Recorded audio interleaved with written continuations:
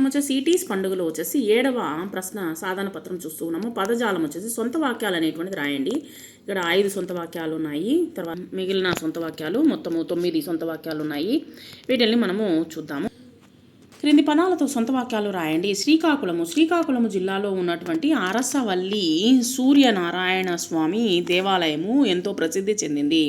మామిడికాయ, వేసవి కాలంలో మామిడికాయలతో పెట్టేటువంటి ఆవకాయ పచ్చడి అంటే నాకు చాలా ఇష్టము. రాత్రిపూట రైలు ప్రయాణం చేయడము నాకు ఎంతో ప్రశాంతంగా అనిపిస్తుంది.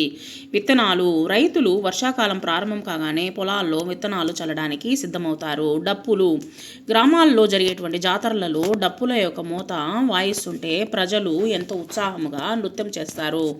ఉప్పు లేని కూర చప్పగా ఉంటుంది. విజయము, కఠోర శ్రమ మరియు పట్టుదల ఉన్నవారికి జీవితంలో విజయాలు ఖచ్చితంగా లభిస్తుంది. గౌరవము, మనకంటే వయసులో పెద్దవారైనటువంటి తల్లిదండ్రులను, గురువులను గౌరవంతో పూజించాలి.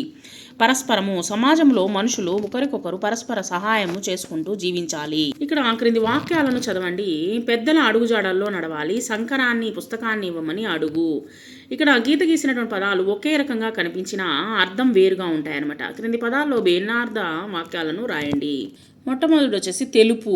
శాంతికి చిహ్నమైనటువంటి తెలుపు రంగు పావురాలను వేయడము నాకు చాలా ఇష్టము. తెలుపు అనేటువంటిది ఇంకో పదం వచ్చేసి సమస్య ఏదైనా సరే దాచకుండా పెద్దలకు తెలుపుట ద్వారా సరైనటువంటి పరిష్కారం అనేటువంటిది దొరుకుతుంది.